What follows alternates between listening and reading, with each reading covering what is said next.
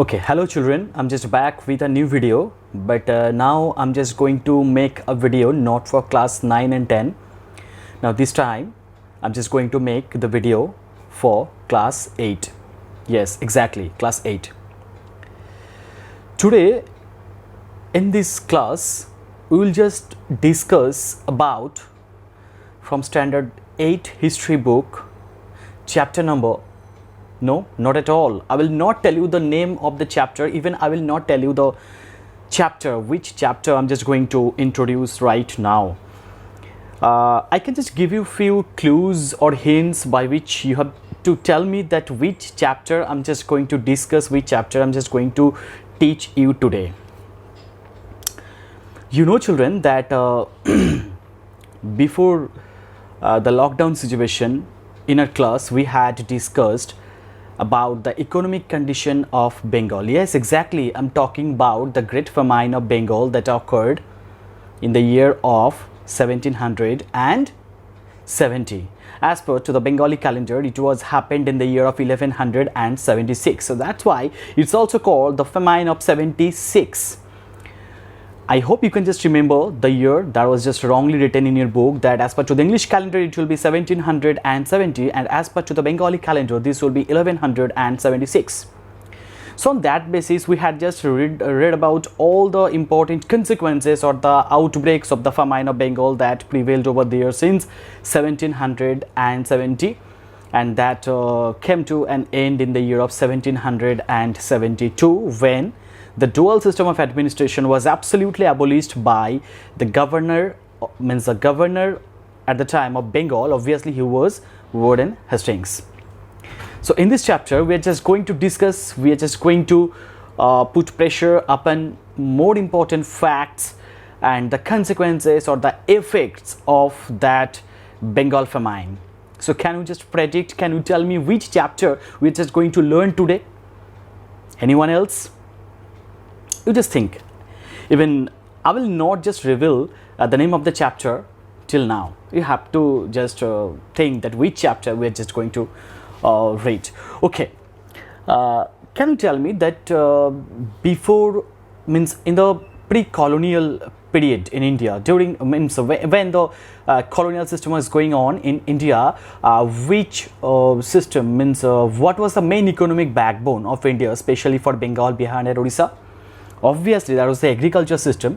I mean that was farming during that time. So regarding farming, the peasants, they had to face lots of crises as because the British English East India Company, they had introduced different type of laws regarding the peasantry system and the zamindari system and the landlord system of India. So that's why the peasants or the farmers, they were the worst sufferers for this. But English East India Company, they were not at all sympathetic towards all these. They were every time they were just looking forward for gaining more and more. So their main and prominent intention was to just bring down our Indian economy from the summit position and drain out all the important resources and everything from India to their own country. This was their real intention. So on that basis we are just going to discuss on all these fact. Different systems will be just discussed in this chapter also. Now you can just predict that. Yes, we're just exactly, you're thinking correctly. We are just going to read about chapter number 4 and the name of the chapter is the character of the colonial economy. I'm just going to repeat the name of the chapter once more. That is the character of the characteristic features of the colonial economy. In this chapter we have to just highlight, we will just discuss about the three major and the important landlord settlements or the land settlements that were obviously introduced by the English East India Company since the late 18th century.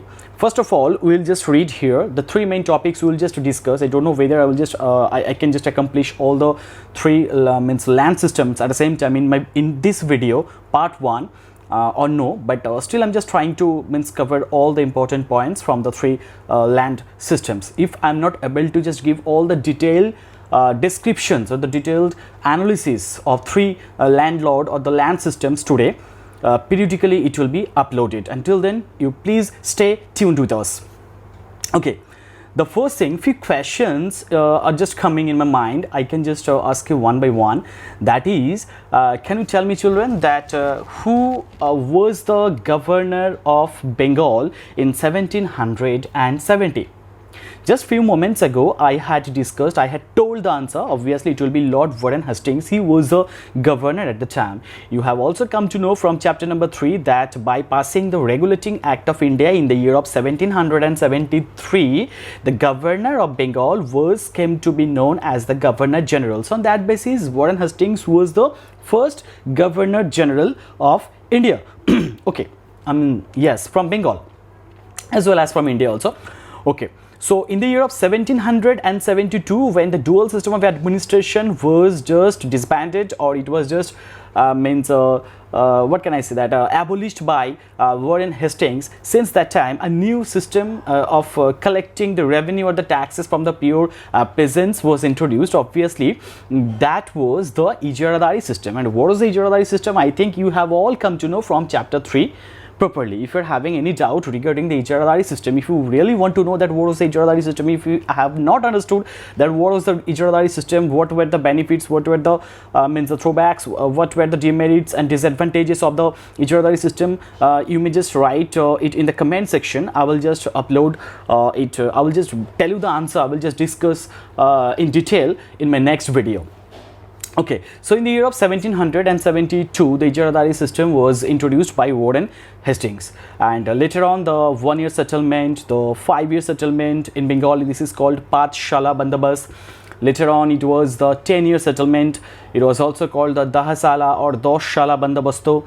Were introduced, and what were the most important aspects or the characteristics or the objectives of the 1-year settlement, 5-year settlement and the 10-year settlement? Whenever the 1-year settlement was introduced, the peasants, few landlords were given the responsibility to just collect the taxes from the poor peasants only for 1 year. He will be confined in his position or designation for 1 year only. After just meeting fulfilling all the demands of the English East India Company, he can be just the post can be just removed. He can be just withdrawn from his post or designation for 5 years. When the 5-year settlement was introduced, what we're exactly calling about the Ijaradari Bandobast of Warren Hastings. Here also you can see that after 5 years, anything can be happened with that particular landlord. It means if the landlord is performing his duties so well, there was no grand chance for the that particular landlord. It was not compulsory, it was not hereditary actually. For what it could be just mentioned, it could be just passionately be determined that the next time also, after just accomplishing, after the completion of 5 years term, he will still remain in his position. It was not just determined yet. For the Dahasala system or 10-year settlement also, after 10 years anything can be happened for the landlord. So the landlord at the time, they were under severe strain. Not at all, but the peasants were the worst sufferers, as because for 5 years, for 10 years, maximum years, for 10 years, suppose I'm a landlord and having 10 years in my hand to just collect the taxes and to submit it to the English East India Company. Every time I will just go for the high prices or the high revenue collection, as because I know that my tenure is very confined. I know that my tenure will be just finished after 10 years. I don't know whether I will be just regain my power. I will just regain my position or the same vanity after the completion of 10 years. So that's why I'm very much worried. I'm not little worried, but I'm very much worried about my designation and my post. So that's why in between 10 years they had to they were very cunning. The greed led them to just collect the tax or the revenue from the poor peasants. So that's why they were very they had started exploiting torture, tormentation over the poor peasants or the subjects. So that's why, to eradicate all the drawbacks or the demerits or the disadvantages of this land system, Lord Cornwallis, when he came to India as the Governor General of India in the year of, I think it was in the year of 1786, when he came to India as the Governor General, the new and the next Governor General of India. When he came to India, certainly he had sort of think that the land system is not very much prominent yet, as because there is a big economic turmoil situation was going on, as because due to the Great Famine of Bengal, the peasantry system or the landlord system was under severe strain. So to just comply with this, to just give the penalty, to just give the compensation to the English East India Company, Lord Cornwallis, he thought in a different way. He sought to think that if instead of 5-year settlement or the Pathshala Bandabasto, instead of 10-year settlement or the Dosh or Dahoshala Bandabasto, if we just give the right to the landlord permanently, at the time what will be the benefit of this system? Whenever they will think that this land belongs to me, I'm the landlord of this land, this particular land, I'm the owner of this land, at the time they will not be in rush at the time.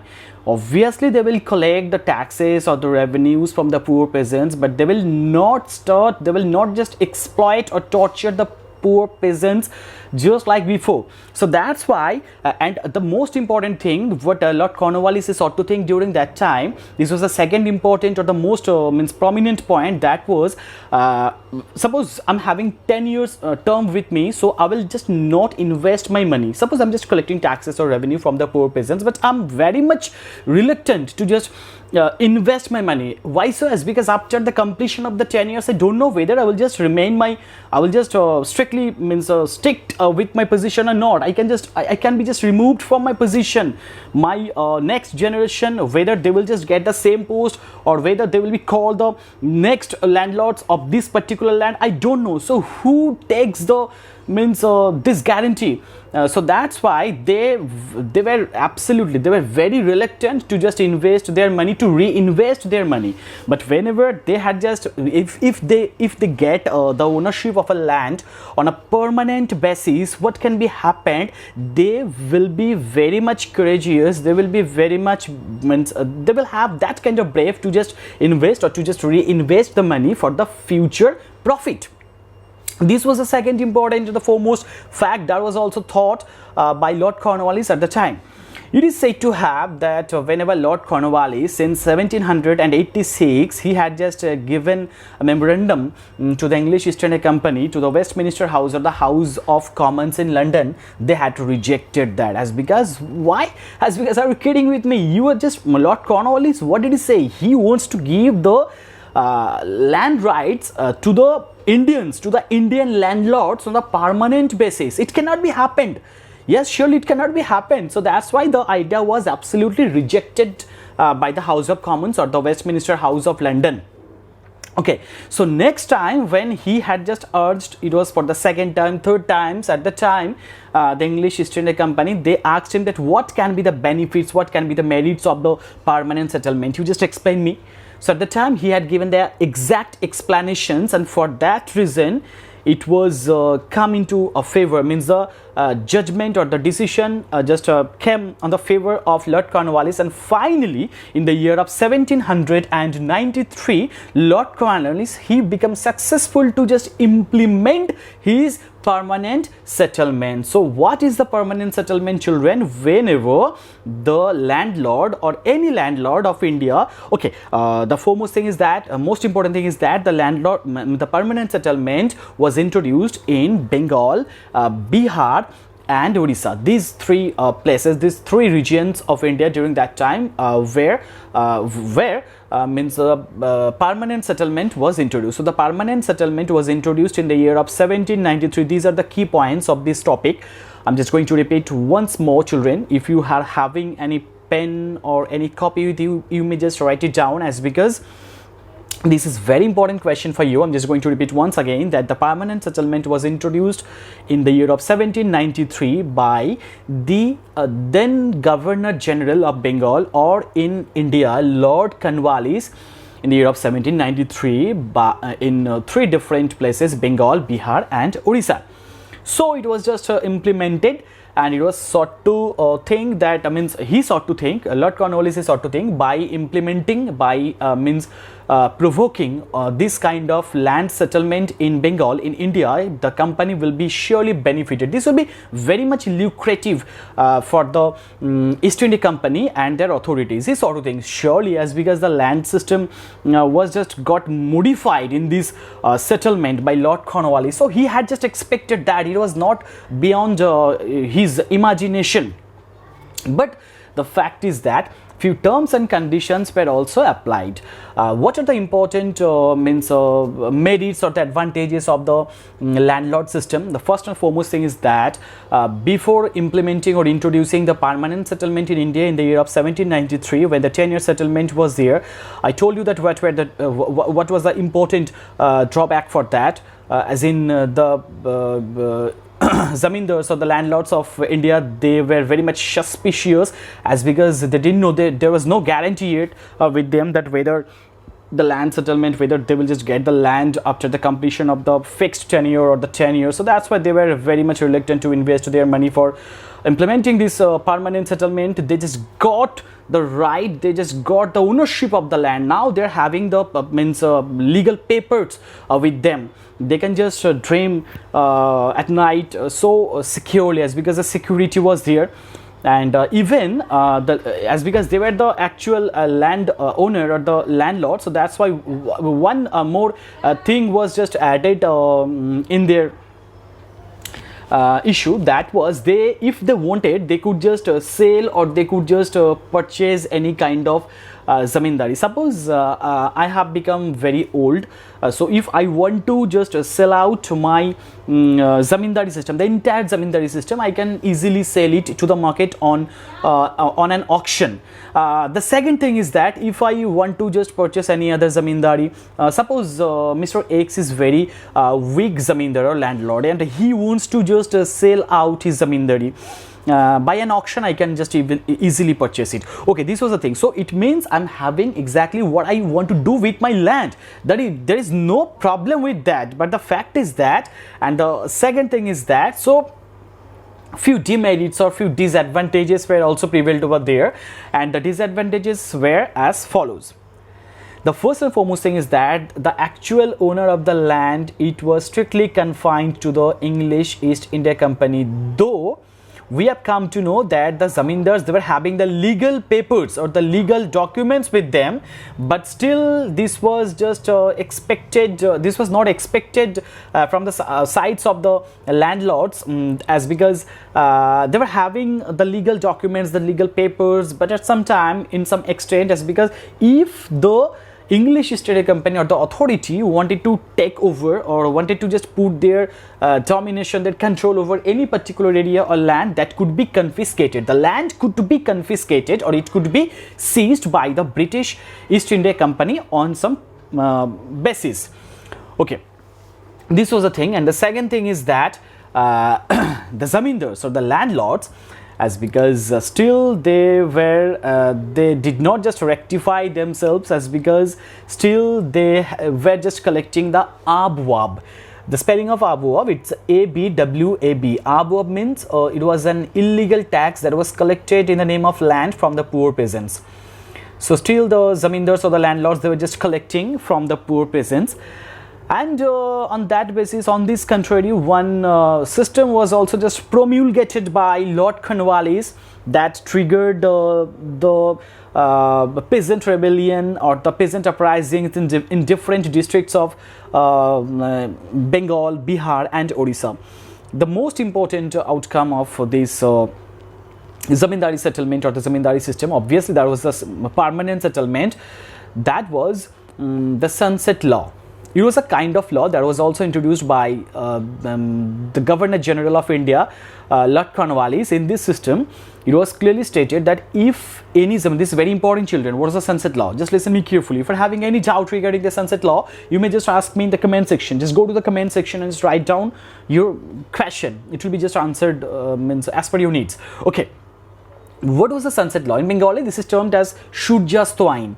Surjastwain, it's related with sun. Obviously, it was related with sun. It means that before sun says if any zamindar, if any landlord, if he is unable to pay out all the due taxes to the English East India Company. I'm just going to repeat once again, listen carefully. If any landlord fails to pay out, to give away all the dues of the revenue and the taxes to the English East India Company before the date, before the sun sets, the tomorrow, his all territory or the zamindari system or the landlord system, it will be confiscated, it will be seized from the hands of the that particular zamindar, and it will be sold to the market, is on auction. It means at the time when the auction will be going on, the highest bidder or the highest bidder who will just give the, who will just give the assurance to the English East India Company that he can just pay this kind of revenue, means annually, or it could be quarterly, monthly, weekly. So the highest bidder, he will get the proprietary rights on that particular land. This was also just told by the sunset law. So by the sunset law, it became very much difficult for all the zamindars at the time, as because suppose it could be happened that the drought situation had been just going on. In some cases it could be happened that the famine just broke out. Yes, we had already witnessed just earlier in the year of 1770. Can you just remember in the year of 1769 to 70, a great famine that broke out in Bengal. Okay, even in the sunset law, it was also stated that if suppose a particular land is being just assigned to a particular landlord, if he fails to do so, if suppose the natural disaster or the natural calamity has been taken place at the time, no mercy will be given. He will not be exempt from paying taxes. He must just pay taxes within time. This was the fact. He won't be just given any kind of mercy to just provide the taxes. Even the duration of taxes, even the time limit, it will means no moratorium will be there. He must submit the taxes amid all the natural disaster, calamity like drought, earthquake, or flash flood. Anything can be happened, but that was not the cup of tea of the English East India Company. They will just collect the taxes by hook or crook. So this was the fact. And so from this passage, from this topic, whatever we have just discussed till now, from where we have just come to know the merits and the demerits of the permanent settlement. Okay, so the permanent settlement, obviously it was a great work, it was a great process that was started by the then Governor General of India, the Lord Cornwallis. But Lord Cornwallis wanted to just collect the taxes in a proper way, as because cultivation of paddy, cultivation of jute, and anything, means at the time it was under severe strain, as because the cultivation was not going so smoothly during that time. So that's why Lord Cornwallis, he wanted to just collect the revenue or the taxes from Bengal, Bihar, Orissa so crucially. Yes, because these 3 points were so crucial and important for English East India Company for collecting the taxes. So that's why they were very much enthusiastic to just collect the taxes. And to collect the taxes, they had just strengthened up in different types of land revenue settlements, where in this video I have just completed one of the most and the foremost land settlements ever. That was a landlord system. I'm sorry, that was the permanent settlement of Lord Cornwallis.